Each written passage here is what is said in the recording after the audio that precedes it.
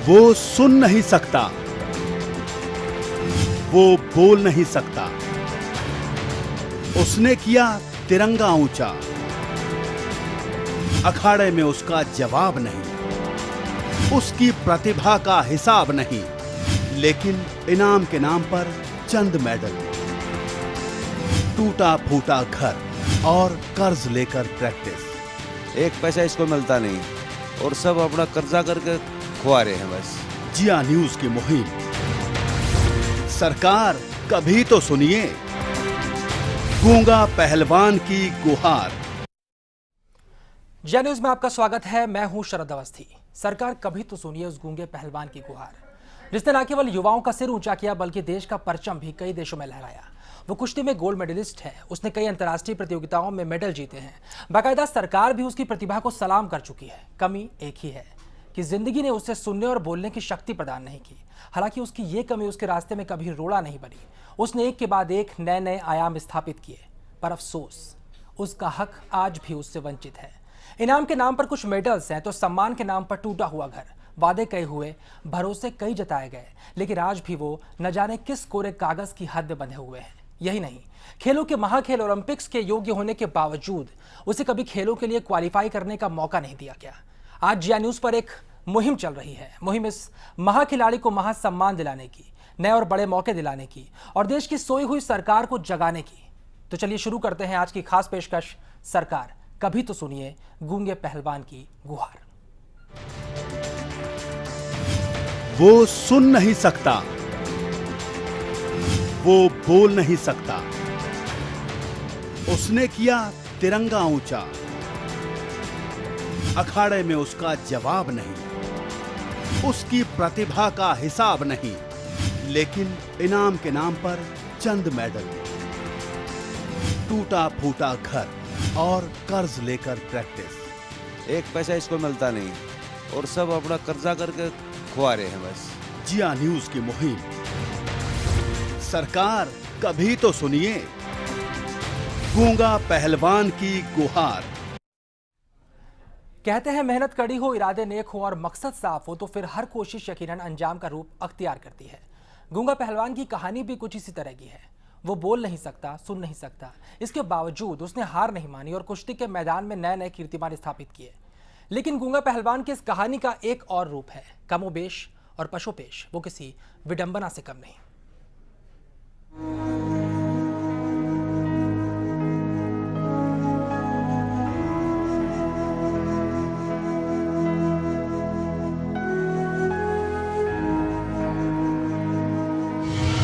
नाइंसाफी के चक्रव्यूह में फंसा इंसान है।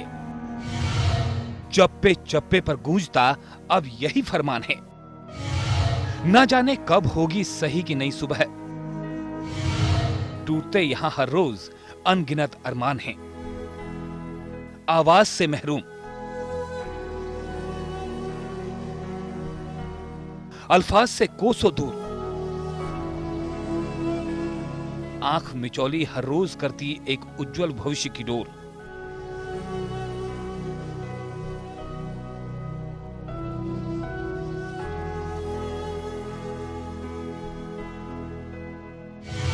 नाम वीरेंद्र सिंह उर्फ गूंगा पहलवान, निवासी झज्जर हरियाणा।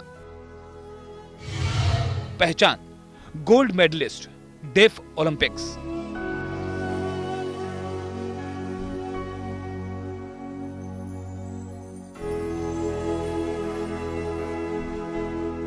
ये कहानी है उस पहलवान की, कुश्ती के उस योद्धा की जिसने विदेशों में देश का सिर ऊंचा किया,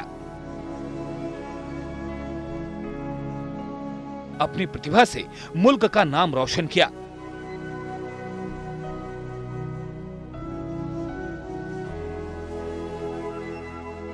बावजूद इसके वीरेंद्र को कोई जानता नहीं। देश में वीरेंद्र का नाम गूंजता नहीं। सम्मान के नाम पर चंद मेडल हैं, टूटा हुआ घर है और कर्ज के तले दबे बूढ़े मां बाप हैं।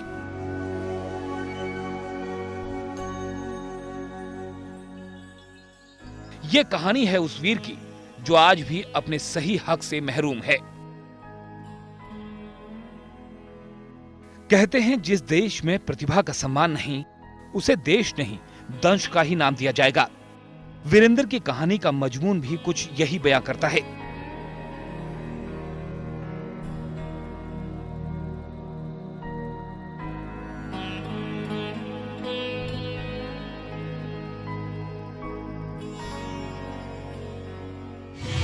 बीस साल से कुश्ती लड़ रहा है वीरेंद्र। 2005 में मेलबर्न में डेफ ओलंपिक्स में गोल्ड जीता। 2008 में आर्मेनिया में डेफ कुश्ती चैंपियनशिप में सिल्वर जीता। 2009 में ताइवान में डेफ ओलंपिक्स में ब्रांज जीता। 2012 में बुल्गारिया में डेफ कुश्ती चैंपियनशिप में ब्रांज जीता। 2013 में बुल्गारिया में डेफ ओलंपिक्स में गोल्ड जीता। अब जरा सोचिए, ऐसा प्रतिभाशाली किस सम्मान, किस इनाम का हकदार हो सकता है? पर अफसोस, इसे विडंबना ही कहेंगे। आज भी वीरेंद्र अपने वजूद को तलाश रहा है। बिना बोले, बिना सुने अपनी बात बयां कर रहा है।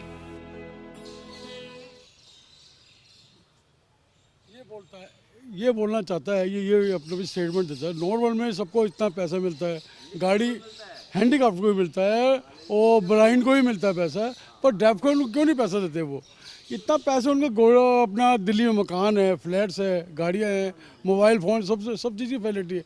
बोला मैं इतना बड़ा पहलवान हो गया, गवर्नमेंट मेरी सुनती नहीं, मेरे को कोई फैसिलिटी नहीं, क्यों? फिर मैं पहलवानी क्यों करूँगा? मैं सरकार से अब आपकी क्या गुजारिश है? ये सरकार से चाहता है मेरी सुनवाई की जाए। अगर मेरे को कुछ मिलेगा तो मैं आगे जाऊँगा, लड़ूंगा, फिर दोबारा मैं ओलंपिक में फिर फाइट करना चाहता हूँ और नॉर्मल में ही लड़ना चाहता हूँ।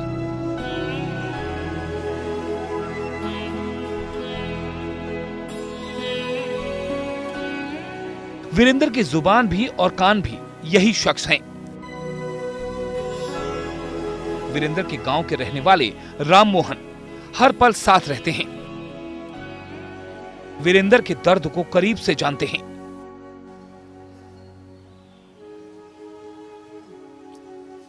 तो मैं बहुत ये बोलता है, मैं बहुत दुख महसूस करता हूँ। एक तो कुदरत मेरे को डेफिनेट पर है और गवर्नमेंट मेरी सुनती नहीं है कोई बात।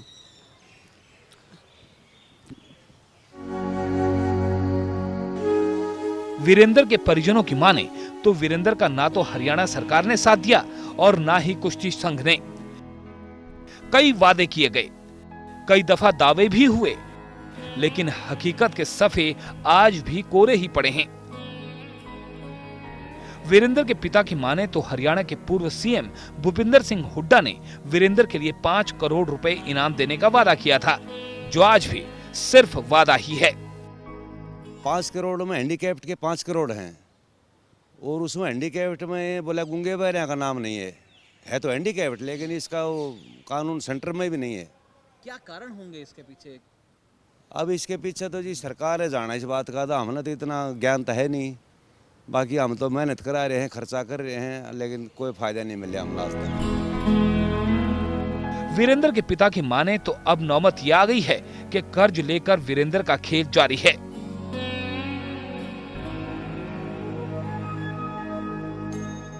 एक पैसा इसको मिलता नहीं और सब अपना कर्जा करके खुआ रहे हैं बस। बेजान सा मुल्क है, बेपरवाह से नुमाइंदे। बस तिरंगा ऊंचा करो, भूल जाओ सम्मान, भूल जाओ सब कानून कायदे। कुश्ती के इस शूरवीर का अंदाज, विश्वास, लगन और दृढ़ता भी काबिले तारीफ है। मेडल और जीतने हैं, देश का तिरंगा और ऊंचा करना है, लेकिन कोई मदद के लिए तैयार नहीं। जिया न्यूज ने अब यही मुहिम छेड़ दी है। वीरेंद्र को उसका हक मिले, उसे सरकार से मदद मिले, उसके हौसले को मरने नहीं देना, उसके जज्बे को इतिहास के पन्नों में दबने नहीं देना। जिया न्यूज का वीरेंद्र और उसके पूरे परिवार को सलाम।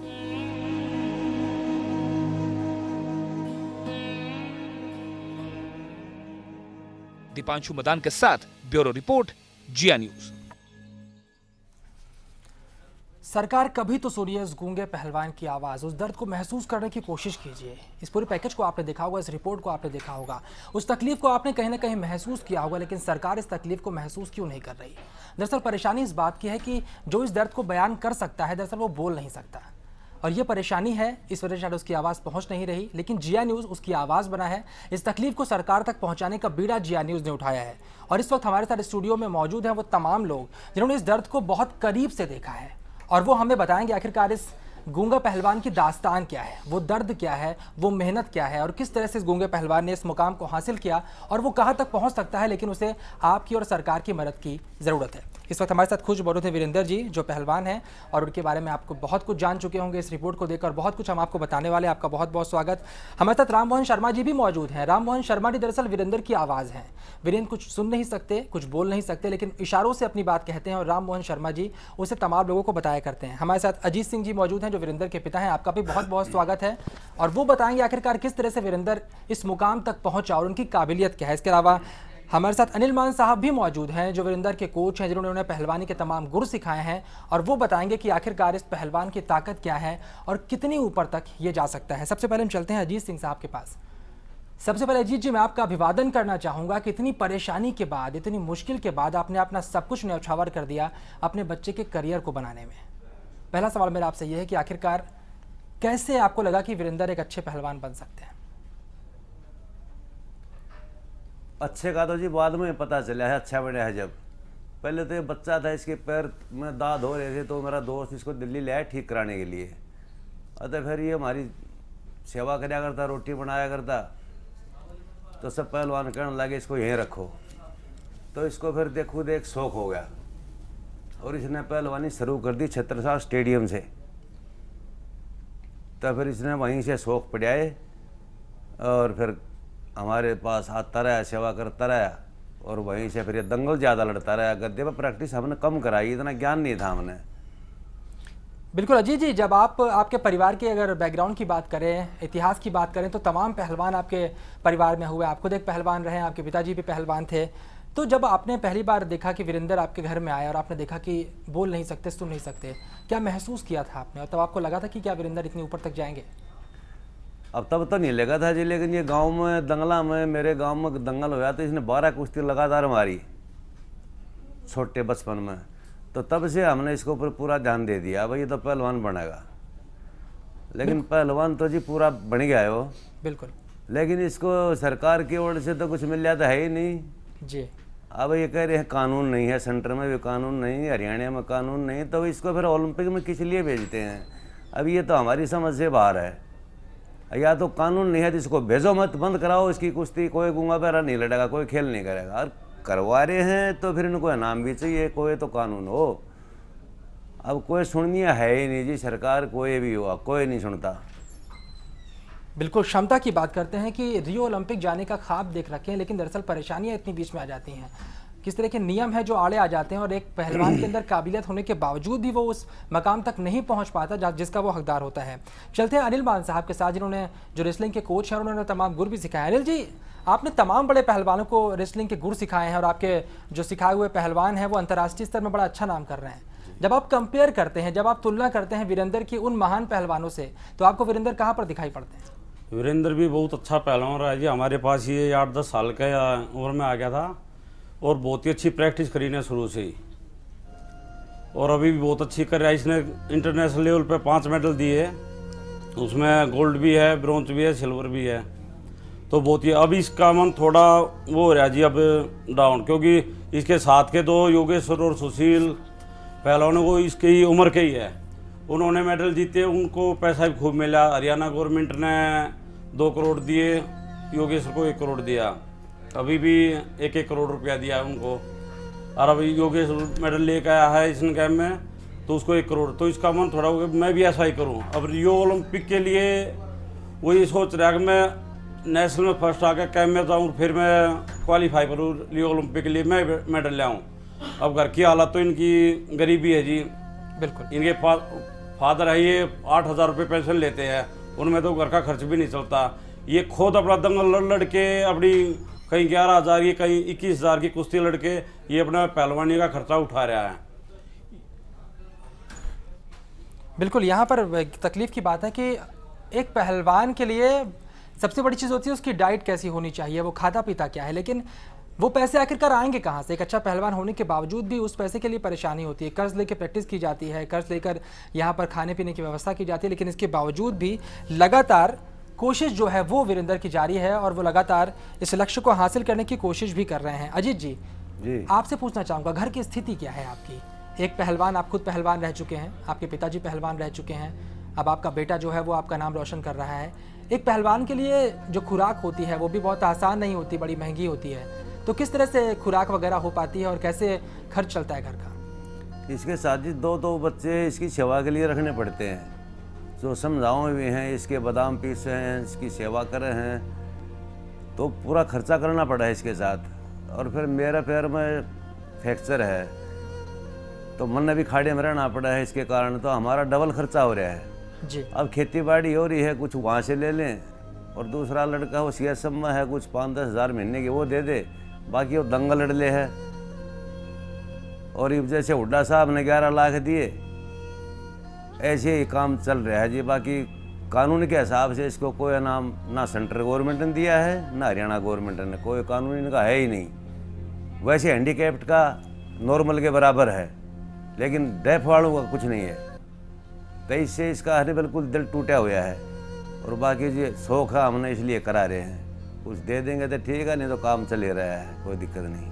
बिल्कुल, परेशानी आप समझ सकते हैं कि किस तरह की परेशानी यहाँ पर दिखाई पड़ रही है, कितना मुश्किल है इस कोचिंग को करवाना और कितना मुश्किल है उस खुराक को मेंटेन करना। अब हम आपकी बात करवाते हैं सीधे वीरेंद्र जी से। हालांकि सीधे वो आपको सब कुछ समझा नहीं पाएंगे, अपने मन की बात बोल नहीं पाएंगे, लेकिन हमारे साथ राम मोहन जी मौजूद है, राम मोहन शर्मा जी, जो वीरेंद्र की बात को समझेंगे, उनसे सवाल करेंगे और वीरेंद्र जो कुछ बोलेंगे वो आप तक पहुँचाने की कोशिश करेंगे। राम मोहन जी, वीरेंद्र से आप बात कीजिए और ये पता करने की कोशिश कीजिए कि दरअसल अब वो क्या चाहते हैं। इतनी कुश्ती उन्होंने लड़ी है और अब वो क्या चाहते हैं।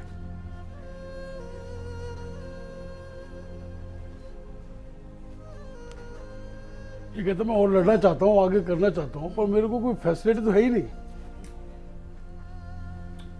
वो कहता गवर्नमेंट या कोई से फैसिलिटी मेरे को नहीं है, मैं क्या करूँ आगे लड़ करके? मैं नॉर्मल भी लड़ सकता हूँ, सब कुछ कर सकते हैं ये, बाकी कहते पर जब मेरे को कोई फैसिलिटी दे ही नहीं रही गवर्नमेंट, या कहीं से कोई फैसिलिटी नहीं है, तो मैं क्यों करूँ?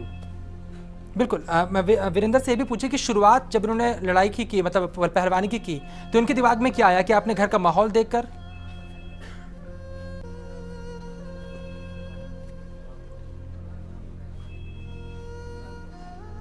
कहता मैंने शुरू से पहलवानी की कि मैंने कभी आगे सोचा नहीं है, तो मेरे फादर कराते थे पहलवानी, वो कहाँ से रुपया लाए, कहाँ से क्या करा, मैंने कभी नहीं सोचा। अब इन्होंने इतना बड़ा पहलवान बना दिया मुझे, कहाँ से करा, मुझे कोई इसको को लेना देना उस चीज़ से। अब ये कहता मैं भी तो, मेरे तो फर्ज बनता कि मैं अपने माँ को, फादर को कुछ दूँ।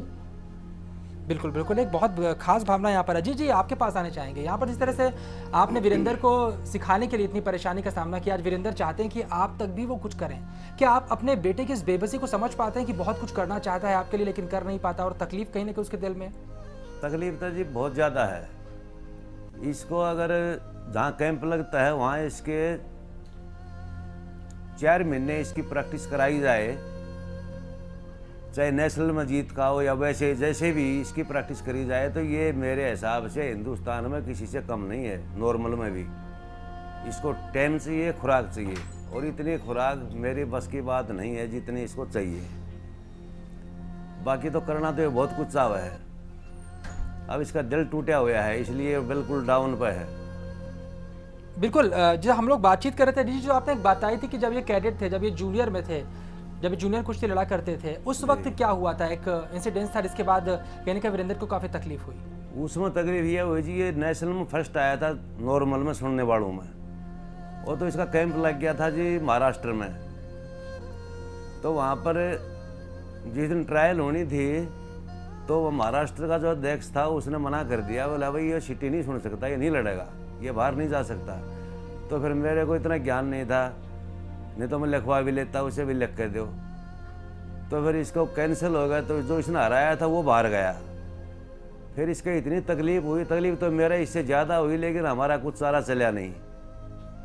तो फिर इसका दिल टूट गया। फिर ये गूंगे पर हमें लड़ता रहा यार, लेकिन इसको फिर दिमाग में इसका ये बढ़ गया कि तेरा कोई आगे नहीं जा सकता तू। तो फिर मेरा दोस्त है एक वकील, उससे मैंने बात करी तो फिर उसने फिल्ला से लेटर मंगवाए, भाई गूंगा लड़ सकता है सुनने वालों में और ये बाहर भी जा सकता है। लेकिन अब इसका दिल टूटा हुआ है। इसकी दोबारा तैयारी जब हो, जब इसको पहले गूंगे बहरों की जो कुछ इनाम है, डेफ की है, हैंडीकैप्ड की जो भी है, इसको इसके इनाम मिल जाए तो ये पहलवानी नंबर 1 कर सकता है। ये बिल्कुल इसके दिल में बिल्कुल। है। जब ये 16 साल के वीरेंद्र थे तब की ये पूरी कहानी है। और उस वक्त कोशिश ये की गई थी कि वीरेंद्र जो हैं वो लड़के पहुंचे थे नेशनल लेवल खेलने के लिए, लेकिन जब वहां पर एक कैंप लगा और वहां पर सबसे अच्छा प्रदर्शन वीरेंद्र कर रहे थे, उसके बाद भी उन्हें आगे खेलने का मौका सिर्फ इसलिए नहीं मिला क्योंकि वो सुन नहीं सकते हैं, वो बोल नहीं सकते हैं। शायद वो मौका उन्हें उस वक्त मिला होता तो तकलीफ हुई थी वीरेंद्र को, जिस तरह से डिमोरलाइज हुए थे, वो परेशानी का सामना नहीं करना पड़ता। एक रिपोर्ट हम आपको और दिखाते हैं, उसके बाद आप फैसला कीजिए आखिरकार वीरेंद्र कहाँ तक पहुँचने का हकदार है। वीरेंद्र की जिंदगी में मुसीबतों के पहाड़ सिर्फ यहीं पर मुकम्मल नहीं होते, बल्कि उस आदत, उस अदब मेहनत और उसके दृढ़ संकल्प के बीच अभी भी कई ऐसे रोड़े हैं जो वीरेंद्र को उसके मकसद तक पहुंचने से रोक रहे हैं। वीरेंद्र डेफ ओलंपिक्स में आगे बढ़कर ओलंपिक खेलना चाहता है, लेकिन नियम है कि खिलाने वालों की फितरत जिसे कहा जाए, वीरेंद्र को खेलने का मौका नहीं मिलता।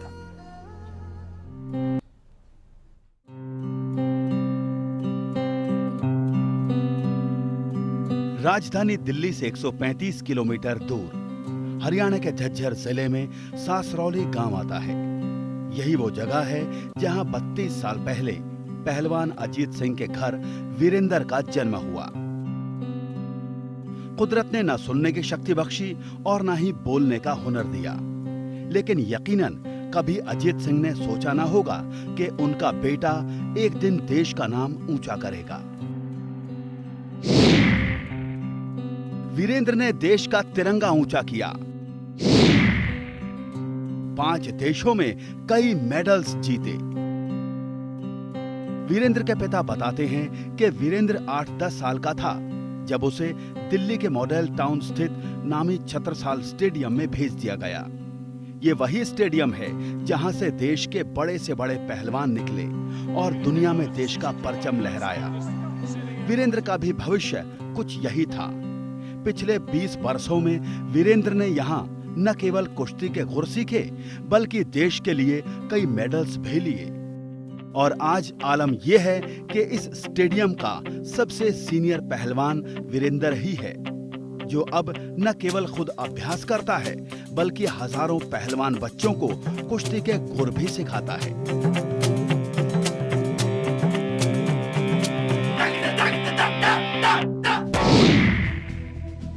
रियो ओलंपिक्स खेलना चाहता है वीरेंद्र।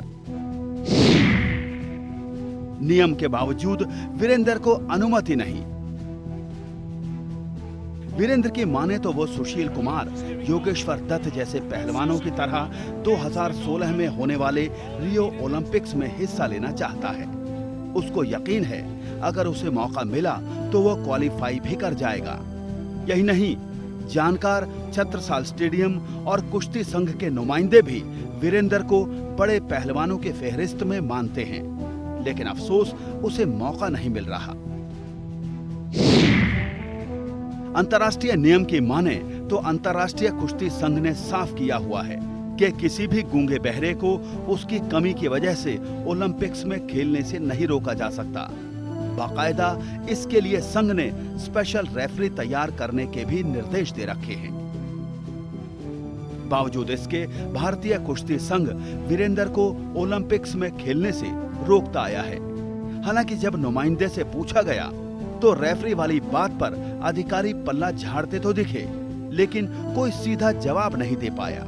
नहीं, उनका तो ऐसा है, ये उन पर डिपेंड करता है वो किस प्रतिभा के हैं, किस कैटेगरी के हैं और कितने स्टैंडर्ड के हैं, तो उसी हिसाब से पार्टिसिपेट करें। फिर उनको प्रतिभा है उसकी देखी जा सकती है, उसको मौका दे सकते हैं। अगर उसको अच्छा है तो उसको और आगे मौका मिलेगा। लेकिन क्या हमारे पास इस तरीके के रेफरी हैं जो जिन्हें सुनाई नहीं दे रहा, उन्हें इशारा कर कर समझा? नहीं, सभी रेफरीज का होता है, ऐसा नहीं है, कोई इसका स्पेशलिस्ट नहीं होता।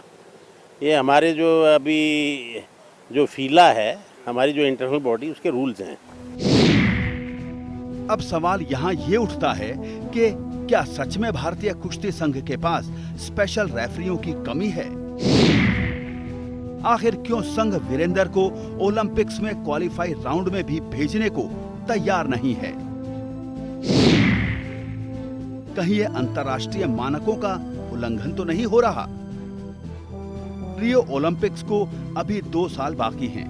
वीरेंद्र को ऐसा लगता है अगर उसे ओलंपिक्स में मौका मिले और वो जीत कर आए, तब कहीं जाकर सुशील कुमार, दत्त और बजरंग जैसे पहलवानों की तरह उसे भी एक नई पहचान मिलेगी। उसके और उसके परिवार की मुफलिसी हटेगी और वो देश की पहचान को एक नए मुकाम पर ले जा सकेगा।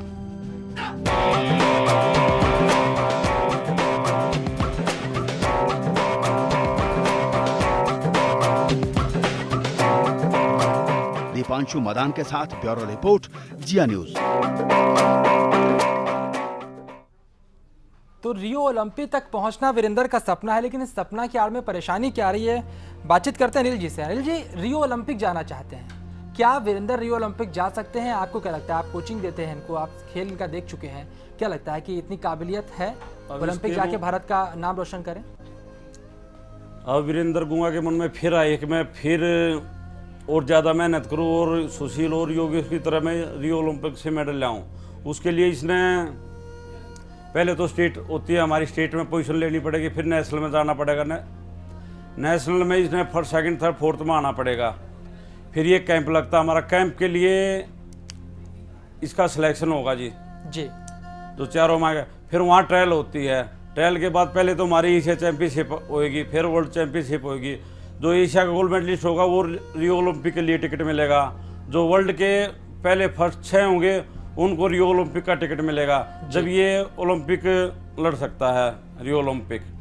अभी इसके मन में दोबारा से ये आई कि मैं ये मेहनत करूँ, जैसे सुशील ने मेडल लिया, योगेश ने लिया, अब हमारे ये 2 नए है बजरंग और अमित दहिया। अब इसमें दोबारा से फिर ये उमंग हुई है कि मैं मेहनत करके इनकी तरह मेरे को मान सम्मान मिला है। और जैसे हरियाणा गवर्नमेंट ने दिया, सेंट्रल गवर्नमेंट ने दिया, कैसे पैसे मिले, तो इसके फादर की मैंने बताई थी पहले, 8,000 रुपये पेंशन है। ये तो अपना दंगल लड़ लड़ के अपना गुजारा कर रहा है। ये पहलवान की खुराक कितनी हो जाती है, बादाम, ये फल, जूस, फ्रूट, ये सारी चीज। बिल्कुल, लेकिन इन सब की व्यवस्था कैसी हो, व्यवस्था कैसे हो, प्रॉब्लम ये होती है। 2 साल का वक्त बाकी है, जिस तरह से आपने बताया, स्टेट के बाद नेशनल, नेशनल के बाद फिर विश्व चैंपियनशिप में जाएंगे, उसके बाद इन्हें ओलंपिक का टिकट मिल सकता है। क्या स्टेट में और नेशनल में क्यों पार्टिसिपेट नहीं कर रहे हैं ये? क्या इन्हें रोका जाता है? क्या भारतीय जो संघ है उसे इस बात का ज्ञान नहीं कि ये भी लड़ सकते हैं, या कोई और परेशानी सामने आती है? अभी हमारे को राजकोष साहब ने बताया, हमारे जो भारतीय कुश्ती संघ के सचिव है, उन्होंने बोला क्यों नहीं लड़ सकते, लड़ सकते हैं, इसकी तैयारी करवाओ। अब इसी महीने में लास्ट में दिल्ली स्टेट है, उसमें ये पार्टिसिपेट करेगा, उसमें ये फर्स्ट आएगा तो फिर नेशनल में लड़ेगा।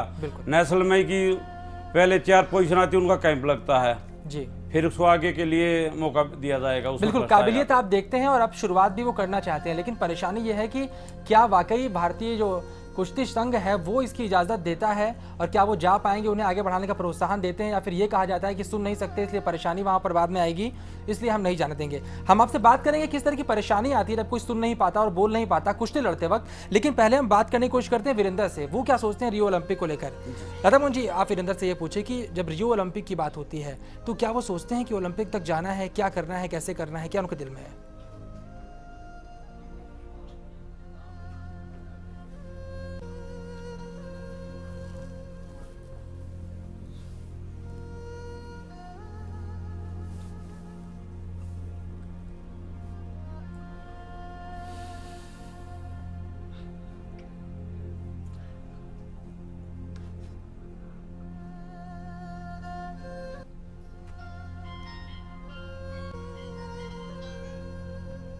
ये बोलता है, बोला जी देखो मेरे को फैसिलिटी मिलती है तो मैं आगे पहलवानी भी करने को तैयार हूँ, मेहनत भी करने को तैयार हूँ, और जैसे नॉर्मल ये लोग मेडल आते हैं मैं ऐसे मेडल भी ला सकता हूँ, लेकिन फैसिलिटी मिलनी चाहिए। फैसिलिटी मेरे को मिलेगी तो बिल्कुल बिल्कुल, मतलब इस बात का जुनून है और इस बात की काबिलियत समझते हैं कि ये मैं काबिलियत बड़े रखते हैं। ये बोलता हूँ मैं काबिलियत रखता हूँ, मैं पूरी मेहनत करके दिखाऊंगा आपको, मेडल ला के दिखाऊंगा, और मेरे को फैसिलिटी तो दो कुछ।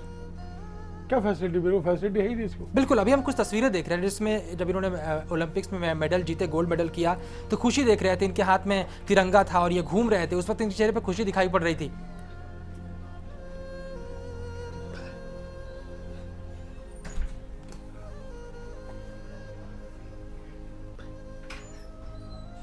ये कहते जब मैं खुश था, वो गोल्ड मेडल के लिए मैं लड़ने गया था और गोल्ड मेडल मैंने जीता, मैं आया इंडिया के लिए गोल्ड मेडल लेके आया, मेरे को आश्वासन दे गया था कि डेफिनेटली को 5 करोड़ रुपया मिलेगा हैंडीक्राफ्ट को, सॉरी जी तो पर मेरे को यहाँ पर आके कुछ भी नहीं मिला।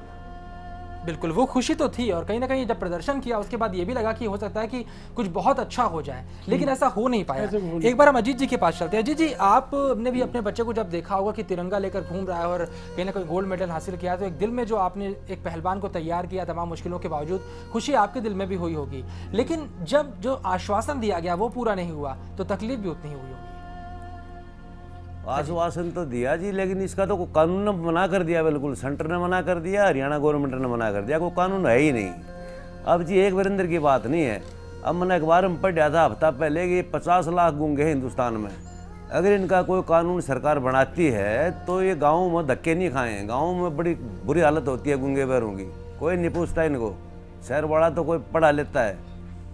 अगर इनको सरकार हैंडीकैप्ड में बराबर इनाम दे तो इनकी ज़िंदगी बदल सकती है। ऐसे गूंगे, ये तो पशु कैसे आदमी हैं, बोल नहीं सकते, सुन नहीं सकते, लेकिन सरकार तो बिल्कुल सुनती है नहीं, सेंट्रल गवर्नमेंट भी नहीं, हरियाणा गवर्नमेंट भी नहीं, कानून है ही नहीं, सेंटर में ही नहीं है तो हरियाणा में कहाँ से होगा। बिल्कुल एक तकलीफ समझने की कोशिश कीजिए। अगर कोई पिता कहता है कि मेरे बेटे के साथ जानवरों जैसा सलूक हो रहा है, वो गूंगा है, वो बहरा है, वो सुन नहीं सकता, वो बोल नहीं सकता, और उसकी जानवरों जैसी इज्जत की जाती है, जिस तरह जानवरों के साथ बर्ताव होता है वैसा बर्ताव हो रहा है, तो उसके दिल में कितनी तकलीफ होगी। इस तकलीफ को आप समझने की कोशिश कीजिए। कितना कुछ करना चाहता है वो अपने बच्चे के लिए, पूरी जिंदगी अपनी लगा दी, तमाम पैसा लगा दिया, सब कुछ लगा दिया, लेकिन इसके बावजूद उसके बच्चे को वो इज्जत नहीं मिल पा रही, वो सम्मान नहीं मिल पा रहा, वो मुकाम नहीं मिल पा रहा। कितनी तकलीफ की बात होगी। अनिल जी, आपको क्या लगता है? जिस अजीत जी ने बहुत दर्दनाक तरीके से इस बात को बयान किया कि पशुओं जैसे रखा जाता है, 50 लाख से ज़्यादा लोग गूंगे बहरे हैं, अगर उनके लिए सरकार कुछ करे तो शायद कहीं ना कहीं उनको वो सम्मान मिल सकता है जिसके वो हकदार हैं। जी, जब ये हमारे पास आया था तो हमें भी बहुत प्रॉब्लम हुई थी इसको समझाने में, वो करने पर। फिर बाद में ये टेक्निक देखता रहा, इन्होंने कुश्ती भी सीख ली। फिर जो भी कोई एक्शन था, वो हमारे एक्शनों को हम कुछ बात हम इसकी समझने लगे, कुछ ही हमारी समझने लगा। अब वो बात नहीं है, अब इसको ठीक है हम कोचिंग दे लेते हैं। अब ये और बच्चों से बहुत ही इसका तजुर्बा हो चुका है। अब इसकी यही है कि जैसे अभी ने 2009 में नौकरी ज्वाइन की LDC की, अब उडा साहब ने फिर आश्वासन दिया भाई इसको हम असिस्टेंट कोच लगा रहे हैं, तो इसकी और अंदर की भावना है कि मैं और अच्छा करूँ आगे। अभी इसको कोई वो तो दिया नहीं है, अब आश्वासन दिया भाई इसको असिस्टेंट कोच लगा देंगे तो और अच्छा करेगा ये आगे चल के। बिल्कुल, कहीं ना कहीं थोड़ा सा अगर उत्साहवर्धन अगर होता है तो जो वीरेंद्र करना चाहता है, जो उसके दिल में बातें हैं वो पूरी हो सकती है। लेकिन एक कोच के तौर पर आपने फिर भी बहुत बड़ी सफलता हासिल की, ओलंपिक्स में जा चुके हैं, चाहे वो डेफ ओलंपिक हो, वहां गोल्ड मेडल जीत चुके हैं। जब वीरेंद्र के हाथ में आपने गोल्ड मेडल देखा और जब तिरंगा लेकर वो चारों तरफ चक्कर काट रहे थे, तो उस वक्त आपके दिल में क्या बात आई? बड़ी खुशी होती है जब अपना जो स्टूडेंट ऐसे तिरंगा लेके घूमता है मैट पर, तो बड़ी खुश होती है। कोच को क्या चाहिए और मान सम्मान। जब हम ये देखा हमारा इंडिया झंडा ऐसे लेके स्टूडेंट घूम रहा है और अच्छा लगता है। जैसे सुशील ने जीता है, योगेश्वर ने जीता, अब ये हमारे एशियन गेम्स से इसने सुशील ने इसने योगेश्वर ने गोल्ड मेडल लिया, तो कितना अच्छा लगा। तो हमारे खुशी होती है इस चीज़ के बारे में, तो हमारे स्टूडेंट ऐसे गोल्ड मेडल लेते हैं। बिल्कुल, तस्वीरें इस वक्त हम आपको दिखा रहे हैं, देखिए इन तस्वीरों को, कितनी खुशी दिखाई पड़ रही है, किस तरह से तिरंगा लेकर मैदान में चारों तरफ चक्कर काट रहे हैं, किस तरह से गोल्ड मेडल उनको मिला है। इस खुशी के बारे में सोचिए। यही खुशी जो इस वक्त मिली है डेफ ओलंपिक में गोल्ड मेडल जीतते हुए, यही खुशी वो चाहते हैं कि जब वो रियो ओलंपिक में पदक जीतें वो खुशी मिले। लेकिन रियो ओलंपिक तक पहुंचेंगे कैसे? सफर बड़ा मुश्किल है, डगर बहुत मुश्किल है। दरअसल इस गाँव से होकर जाना पड़ता है, इस टूटे फूटे घर में उनको रहना पड़ता है। खाएंगे कैसे, पियेंगे कैसे, इस बारे में भी कुछ नहीं पता लगता। जो डाइट होनी चाहिए एक पहलवान की, आखिरकार वो कहाँ से मिले? पिताजी को सिर्फ 8,000 रुपए मिलते हैं, उसमें कैसे अपने बच्चे को इतनी मेहनत करवाए? अखाड़े की कुश्तियां लड़ते हैं, जो बड़े बड़े दंगल होते हैं उनमें जाते हैं, और गूंगा पहलवान के नाम से मशहूर है। आपको बता दें कि पूरे हिंदुस्तान में पूरी जो पहलवान बिरादरी है, तमाम लोग जो कुश्ती लड़ते हैं, सब इस नाम से वाकिफ हैं, सब बड़ी इज्जत देते हैं, लेकिन इज्जत चाहिए सरकार की भी, वो इज्जत नहीं मिलती है। एक बार फिर चलते हैं अजीत जी के पास। अजीत जी, आपके बेटे का नाम है, गूंगा पहलवान के तौर पर ही लोग उसे जानते हैं, लेकिन पूरे हिंदुस्तान में लोग उनको जानते हैं। जब अखाड़ों में कुश्तियां होती हैं और आपके बेटे को कोई हरा नहीं पाता, उस वक्त कैसा फील करते हैं? अजी फील तो खुशी तो बहुत ज़्यादा होती है भाई, ये कुश्ती बढ़िया लड़ता है, गांव में बड़ी इज्जत है इसकी, बड़ा बढ़िया पहलवान है, वहाँ तो दिक्कत नहीं मानता है।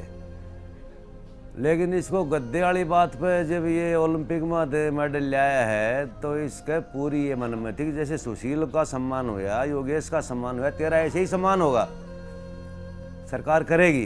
बिल्कुल। लेकिन इसको सरकार ने, सेंट्रल गवर्नमेंट ने तो देखा ही नहीं। हरियाणा सरकार ने अपनी सीएम साहब ने अपने कोटे से 11 लाख रुपये दिए बिल्कुल। और बोला जी यहाँ कानून नहीं है, सेंटर में भी नहीं, यहाँ भी नहीं। तो फिर मैं सरकार से ये कहना चाह रहा हूँ, जब कानून नहीं है तो इनको भेजो, हिम्मत किस लिए खेल कर रहे हैं ये? बिल्कुल, क्यों आखिरकार वक्त अपना जाया कर रहे हैं? क्या कानून जरूरत है वहाँ भेजने की? अगर भेजते हैं तो कम से कम कानून को ठीक से लागू करवाइए, कानून का पालन करवाइए। कानून नहीं है तो कानून बनवाइए, क्योंकि अगर इनके अंदर क्षमता है तो उनको आखिरकार मौका क्यों नहीं मिल रहा है?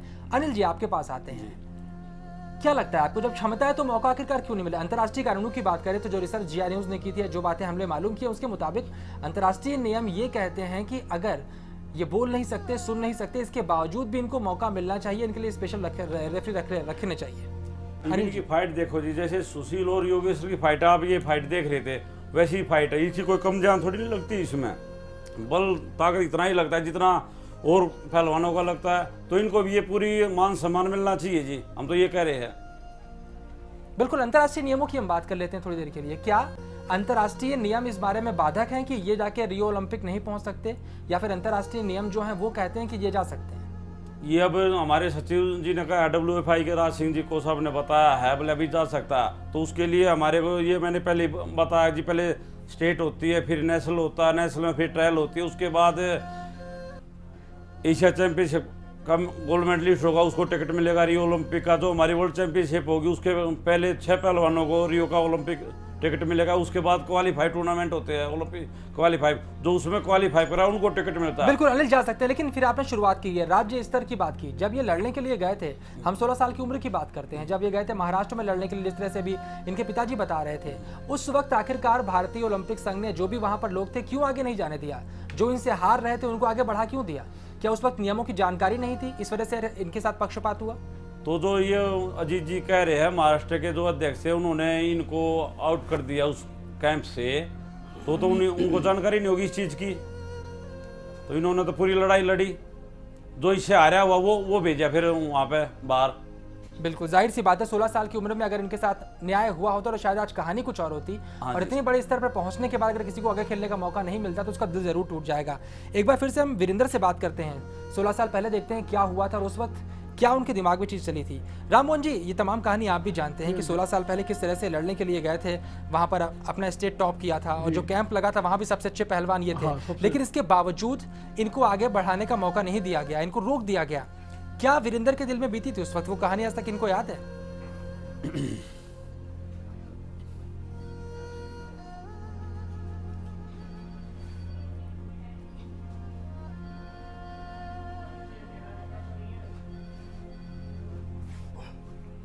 मैं बहुत ये बोलते हैं, मैं काफ़ी रोया, बहुत परेशान हुआ और मेरी किसी ने सुनवाई नहीं की, हम लोगों की किसी ने सुनवाई नहीं की। और जिसको मैंने हराया था वो आगे गया, मैं पीछे रह गया। मेरे को खुशी थी इस बात की, मैं मतलब कि फाइट करके मैं आगे निकलूंगा, और मुझे आगे जाना ही नहीं दिया। और जो मेरे से हारा था उसको मेरे वो नहीं करना बोला। मैं इतना निराश हो गया, इतना उदास था कि मेरे बार मन कर कि पहलवान छोड़ दो, खत्म करो, मैं नहीं करूँगा आगे। बिल्कुल, ये उस वक्त की बात है जब ये महज 16 साल की। तब लगा कि पहलवानी छोड़ दूं क्या। खुशी बहुत ज़्यादा हुई जब अपने स्टेट में सबसे अव्वल दर्जे पर आए, उसके बाद नेशनल लेवल पे पहुंचे तो वहाँ भी जो कैंप लगा था वहाँ बड़ा अच्छा प्रदर्शन कर रहे थे, लेकिन इसके बावजूद इनको जाने का मौका नहीं मिला। अजीत जी, उस वक्त आप मौजूद थे, तकलीफ आपको भी हुई होगी, आपका बेटा फूट फूट कर रो रहा था, वो काबिल था, उसे ऊपर जाना चाहिए था लेकिन वो पहुंच नहीं पाया। तकलीफ कहीं ना कहीं आपको भी बहुत ज़्यादा हुई होगी। तकलीफ तो बहुत ज़्यादा से भी ज़्यादा हुई, लेकिन उसमें कर भी तो कुछ नहीं सकता ना। जब उसने फेडरेशन के मालिक ने कह दिया भाई ये सीटी नहीं सुनेगा, अब सीटी तो सुनता ही नहीं हो। मखा जी, ये फिर क्या कैंप सरकार ने भेजा क्यों, ये लड़ाया क्यों, फर्स्ट आया नेशनल में, इसको वापस भेज देते, वहीं से मना कर देते। बोला भी नहीं, डॉक्टर लिखेगा भाई सुनता है तो मैं लड़ाऊंगा, नहीं लड़ाऊंगा। तो फिर हम वापस आ गए, फिर मैं हाँ भाई चलो भाई कोई बात नहीं। ये तो बिल्कुल, उसी टाइम बिल्कुल। पहलवानी छोड़ रहा था। अजीत जी, आपको रोकना चाहेंगे, इस वक्त हमारे साथ इस वक्त जुड़ रहे हैं कि जाने माने कोच भी हैं और तमाम बड़े बड़े शिष्य उन्होंने अपने पैदा किए। महाबली सतपाल जी हमारे साथ जुड़ रहे हैं। सतपाल जी, आपका बहुत बहुत स्वागत है GI न्यूज़ के इस खास कार्यक्रम में। सतपाल जी, अगर आप जानते होंगे वीरेंद्र जी को, आप जानते हैं, तो मैं सबसे पहले चाहूँगा कि वीरेंद्र एज ए पहलवान आपको कैसे लगते हैं? पहलवान के तौर पर आप उन्हें कितना बड़ा पहलवान मानते हैं, पहले आप ये बताइए। नहीं, वो जब ओलंपिक में अपने जो उनके पैरा ओलंपिक है उसमें एक गोल्ड, एक सिल्वर, एक ब्रॉन्ज लेके आया है, तो बहुत अच्छा है। अच्छा नहीं, बहुत अच्छा है। और जो प्रदर्शन है उसका वो भी काफी अच्छा है, बहुत मेहनत करता है। वो पिछले 6-7 साल से मेरे पास ही है, मेरा ही शिष्य है जी। और उसने काफी मेहनत की है। ऐसा नहीं है कि वो बहुत ही, वाकई में बहुत अच्छा खेलता है जी। बिल्कुल सतपाल जी, आपने तमाम हीरो को तराशा है और आप किसी के बारे में कह रहे हैं कि वो बहुत अच्छा खेलता है, आपका शिष्य है, तो यकीनन उसमें कोई बहुत बड़ी बात जरूर होगी। लेकिन जिस चीज के हकदार है वीरेंद्र, क्या वो चीज उनको मिल पा रही है? और ये चाहते हैं कि रियो ओलंपिक तक पहुंचे, तो क्या ये सफर तय कर सकते हैं? ये क्या आपको लगता है ये काबिलियत है? असल में ये क्या है ना, टेक्निकल प्रॉब्लम है जी। ये सब टेक्निकल प्रॉब्लम है। और ये क्योंकि जो फेडरेशन के नियम है, रूल्स है, लेकिन वो काफी इस पे विचार चल रहा है जी। और विचार होना चाहिए भी। हमने इसको बहुत सख्ती से प्रस्तुत किया है जी। हमने भी कहा है कि आप इसके लिए कोई न कोई ऐसा नियम में अगर बदलाव करना है, अगर ऐसे बच्चे हैं वो ये चाहते हैं कि हम जर्नल में कंपटीशन करें, तो ये मेरे लिए तो बहुत अच्छा होगा देश के लिए कि वीरेंद्र जैसे अगर पहलवान को रियो ओलंपिक में मौका मिलता है तो उससे हमारी मेडल की प्रस्तुति और मजबूत होगी। बिल्कुल सतपाल जी, आप एक तरह से द्रोणाचार्य चाह रहे हैं और आपने अपने शिष्यों को अर्जुन बनाया है और कहीं ना कहीं आपके शिष्य वीरेंद्र जी भी हैं। और अगर आप कोशिश करते हैं, खुद कोशिश करते हैं, सुशील जी की बात करें, वो आपके शिष्य हैं, और योगेश्वर, सबको हमने, पूरी हमारी टीम कोशिश कर रही है। भारतीय कुश्ती संघ को ने भी हमें विश्वास दिलाया है कि हम अच्छा करेंगे, हम इसके कोशिश करेंगे कि इसलिए उन्होंने जो बाहर, क्योंकि बाहर जो प्रस्तुति करनी है इंटरनेशनल बॉडी के आगे जी, तो वो तो कुश्ती संघ ने करनी है। बिल्कुल। तो उम्मीद है कि कुश्ती संघ ने जो वो बाहर भेजा है तो वो वीरेंद्र के लिए एक अच्छा साबित होगा। बिल्कुल, भारतीय कुश्ती संघ को कहीं ना कहीं सामने आना पड़ेगा। सतपाल, महाबली सतपाल जैसे जो कोचेस हैं, जो तमाम लोगों को तैयार, मैं सामने हूँ और ये तो एक ऐसा होनहार पहलवान है देश का जी, और इस पे हमें प्राउड है। बिल्कुल, थैंक यू। बिल्कुल बिल्कुल। सतपाल जी, अजीत जी, सतपाल जी इस वक्त सामने हैं, आप भी उनसे कुछ कहना चाहते हैं? माता जी, पहलवान जी यही अरदास करूंगा, पहलवान जी इसको जो डेफ ओलंपिक है इसको हैंडीकैप में बराबर करवाने की बड़ी मेहरबानी होगी। बिल्कुल। अजीत, संपर्क टूट गया, हम एक बार फिर से उनसे बात करने की कोशिश करेंगे। लेकिन साफ साफ देखिए, यहाँ पर जिन्होंने सुना होगा सतपाल, महाबली सतपाल को जिन्होंने सुना होगा, वो साफ साफ ये बात कह रहे हैं कि किस दर्जे का जो पहलवान है वीरेंद्र है। लेकिन यहाँ पर भारतीय कुश्ती संघ की बात करते हैं, वो कोशिश क्यों नहीं करता? क्योंकि अंतर्राष्ट्रीय जो नियम है वो कहते हैं कि ये जा सकते हैं। महाबली सतपाल जैसे जो कोच हैं, जिन्होंने बड़े बड़े पहलवानों को पैदा किया है, वो कहते हैं कि वो जा सकते हैं, इनके अंदर काबिलियत भी है, लेकिन फिर ये शख्स क्यों नहीं जा पा रहा? ये सबसे बड़े दुख की बात है। अनिल जी, जो कुछ भी यहाँ पे महाबली सतपाल ने कहा वो आपने भी सुना होगा, आप खुद इनके कोच हैं, आप इनकी काबिलियत के बारे में जानते होंगे। क्या भारतीय कुश्ती संघ क्यों इस बारे में नहीं देख रहा कि एक ऐसा पहलवान उनके पास है जो मेडल दिला सकता है, तो आगे तक क्यों ना जाए भला? अब ये हमारे WFI के राज सिंह सचिव जी ने बताया तो है कि जो ये दिल्ली स्टेट में पोजीशन आएगी, फिर नेशनल में, और फिर कैंप लगेगा, फिर उसके लिए वो क्वालिफाई करता तो वो जरूर जाएगा जी। उन्होंने अभी ये आपके सामने बोला है, तो हमने उन पे ये दरख्वास्त कर दीजिए, हमारे पहलवान को मौका मिलना चाहिए। तो उन्होंने हरी झंडी दे दी कि अब स्टेट होएगी उसमें पार्टिसिपेट करवाओ। जो ये मेडल लेता तो नेशनल लड़ेगा, नेशनल मेडल लेता जो फिर बाहर जाएगा। बिल्कुल, बाहर ही जरूर जा सकते हैं। राममोहन जी, आप भी अजय बताइए कि वीरेंद्र को, कि जो इतने बड़े कोच हैं जो उनको भी सिखा चुके हैं, वो कहते हैं कि उनके अंदर काबिलियत है। जब ऐसे लोग उनको कहते हैं, उनका उत्साह बढ़ाते हैं और कहते हैं कि उनके अंदर काबिलियत है, तो वो कैसा महसूस करते हैं?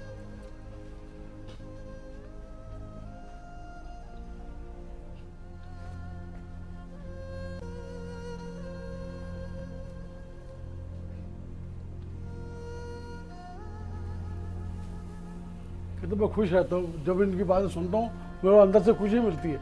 मैं कोशिश करता हूँ कि मैं फाइट करूँ इसके लिए आगे क्वालिफाई करूँ। बिल्कुल, वो निराशा जो होती है कभी कभी सरकारी मदद ना मिलने की, जब ऐसे प्रोत्साहन मिलते हैं तो वो निराशा कहीं दूर होती है।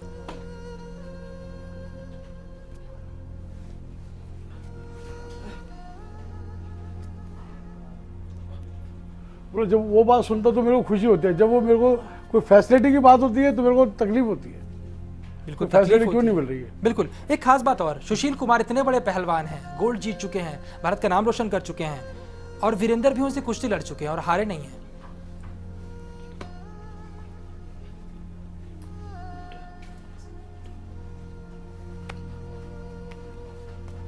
बोले हम बराबर रहे हैं और एक बार नहीं 2-3 बार गुस्से हुई है, हम बराबर ही रहे हैं।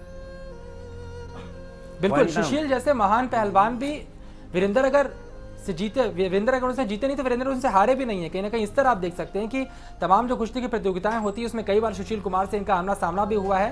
वीरेंद्र उनको हरा नहीं पाए तो उनसे हारे भी नहीं है। जो बाउट हुई है बार बार बराबर की हुई है। तो मतलब जिस स्तर पर सुशील है तो वहां अगर कोशिश की जाए तो वीरेंद्र भी वहां पर पहुंच सकते हैं। अपने लक्ष्य क्या रखे हैं, क्या चाहते हैं, कहां तक पहुंचे?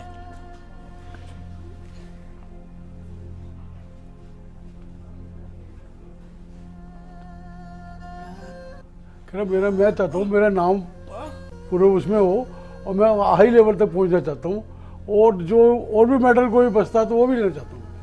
बिल्कुल, तमाम मेडल यहाँ पर लेना चाहते हैं, बहुत ऊंचे स्तर तक पहुँचना चाहते हैं। और सबसे खास बात इन्होंने जो कही कि माँ बाप ने जो उनके लिए बचपन से किया है वो कुछ ना कुछ वापस भी करना चाहते हैं। बूढ़े हो चुके हैं माँ बाप और चाहते हैं कि जो बचपन से बड़ा किया, मेहनत की, इस तस्वीर को देखा होगा उन्होंने, महसूस करते होंगे, बोल नहीं सकते होंगे, एक्सप्रेस नहीं कर पाते होंगे, लेकिन देखते होंगे कि माँ बाप कितनी तकलीफ में हैं और कितनी तकलीफ को सहकर भी वो लगातार अपने बेटे को कुछ ना कुछ बनाना चाहते हैं।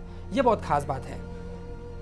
अपनी माँ के बारे में, इनकी माँ जब देखती हैं इनको और माँ के लिए क्या करना चाहते हैं खास तौर पे? ये तो माँ, मदर को, फादर को सब कुछ देना चाहता है और उनकी रिस्पेक्ट इतनी करता है। इसको बताओ माँ के बारे में पूछो। सब मुझको बहुत प्यार करते हैं, मैं भी बहुत रिस्पेक्ट करता हूँ, उनकी इज्जत करता हूँ। और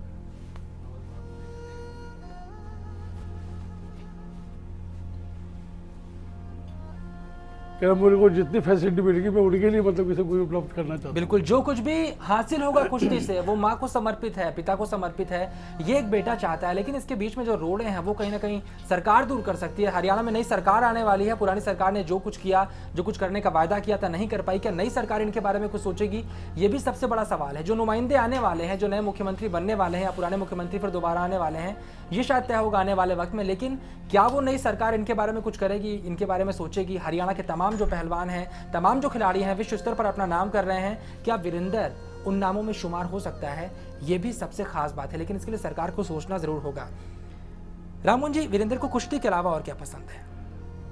वीरेंद्र से पूछिए। अभी तो कुश्ती के अलावा क्या पसंद है? सभी चीज़ें अच्छे फैसले वो होती है, घूमना फिरना, खाना पीना, सब चीज़। और क्या है कि जो पूछ का बताया करो, इससे पूछो पहले, खुद मत बताओ, इससे पूछो ना मन की बात है। ये बात तो मैं बता दूंगा ऐसे तो। के चॉइस है, के चाव है।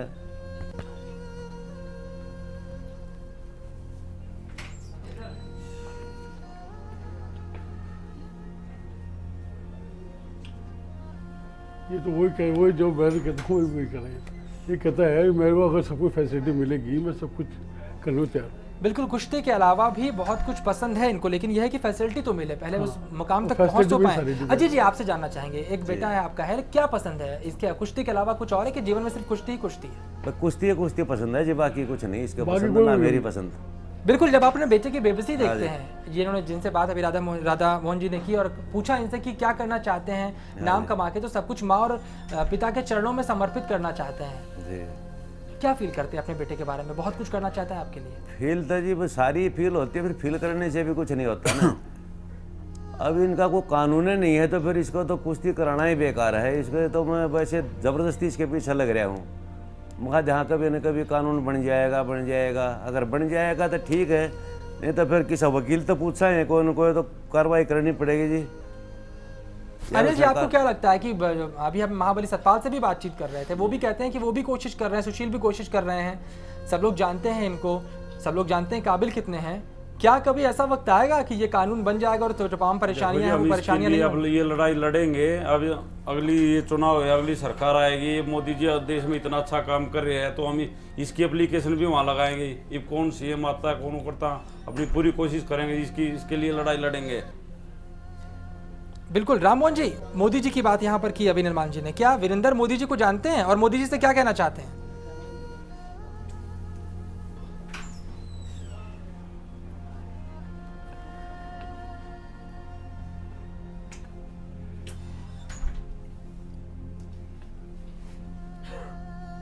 ये कहता है मैं उनको स्वागत करता हूँ और मैं उनसे मतलब अपनी दरखास्त उनके सामने रखूँगा। बिल्कुल दरखास्त रखना चाहते हैं। मोदी जी के सामने क्या दरखास्त रखना चाहेंगे? सरकार और उच्चतम के सामने क्या दरखास्त रखना चाहेंगे? पूछिए इनसे।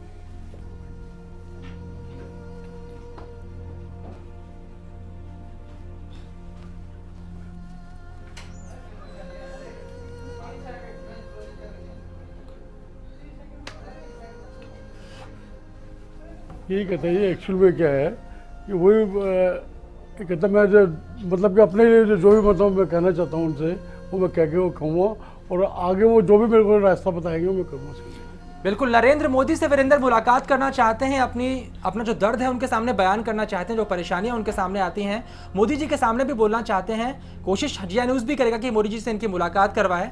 और हम अजीत जी के पास जाएंगे। अजीत जी, आप क्या कुछ कहना चाहेंगे सरकार से, आने वाली सरकार से, जो आपके राज्य में आने वाली है, और देश की सरकार से? माँ जी, एक तो जो सेंटर की सरकार है इससे और मेरे को प्रधानमंत्री से सीधा मिलवाओ जी वीरेंद्र के साथ। अगर कोई कानून बनाओगे तो कुश्ती करावाएंगे हम इसकी। अगर कोई गूंगे पर यहाँ कानून नहीं बनेगा तो इसकी कुश्ती बिल्कुल भी नहीं करावाएंगे। अपना नौकरी लग रहा है, जिसकी लग रहा है अपना काम चलाओ और कोई जरूरत नहीं, हम नहीं कराएंगे पहलवानी। बिल्कुल देश के प्रधानमंत्री से मुलाकात करना चाहते हैं वीरेंद्र और उनके पिता, और कहना चाहते हैं कि क्या इनकी सुनवाई होगी, क्या इनके लिए कोई कानून बनेगा। अगर कानून बनेगा तो हम इनकी कुश्ती आगे बढ़ाएं, नहीं तो शायद ये कुश्ती बंद हो जाएगी। एक बहुत बड़ा पहलवान जो ओलंपिक में नाम कमाना चाहता है, उसके अंदर काबिलियत है, वो शायद दम तोड़ देगा कहीं ना कहीं, खासकर उसकी कुश्ती दम तोड़ देगी। हम उम्मीद करते हैं कि हमारी आवाज़ जो जिया न्यूज़ की मुहिम है वो पहुंचेगी सरकार तक। हम कोशिश करेंगे खुद भी उनसे बात करने की, इस पूरे प्रोग्राम को दिखाएंगे और वीरेंद्र और उनके पिता की मुलाकात करवाने की कोशिश भी करेंगे। और हम चाहेंगे कि आप भी, तमाम लोग जो जिया न्यूज़ के माध्यम से इस पूरी खबर को देख रहे हैं, वीरेंद्र की दर्द भरी दास्तान को सुन रहे हैं, वो भी अपनी तरफ से ज़रूर कोशिश करें और कहीं ना कहीं वीरेंद्र के लिए दुआ ज़रूर कर सकते हैं कि ऐसे नियम आए, ये पहलवान जो बहुत कुछ कर सकता है वो आगे बढ़े और जो मुकाम हासिल इसे करना चाहिए वो मुकाम हासिल करे। वीरेंद्र आपका, अनिल जी आपका, अजीत जी आपका और राम मोहन जी आपका हमारे स्टूडियो में आने के लिए बहुत बहुत शुक्रिया। और इसी उम्मीद के साथ कि आने वाला कल जो होगा वो वीरेंद्र का होगा और सूरज बनकर वो चमकेंगे कहीं ना कहीं कुश्ती का पटल की, इसी उम्मीद के साथ हम इस प्रोग्राम को यहीं पर समाप्त करते हैं। वो सुन नहीं सकता, वो बोल नहीं सकता, उसने किया तिरंगा ऊंचा, अखाड़े में उसका जवाब नहीं, उसकी प्रतिभा का हिसाब नहीं, लेकिन इनाम के नाम पर चंद मेडल, टूटा फूटा घर और कर्ज लेकर प्रैक्टिस। एक पैसा इसको मिलता नहीं और सब अपना कर्जा करके खुआ रहे हैं बस। जिया न्यूज़ की मुहिम, सरकार कभी तो सुनिए, गूंगा पहलवान की गुहार।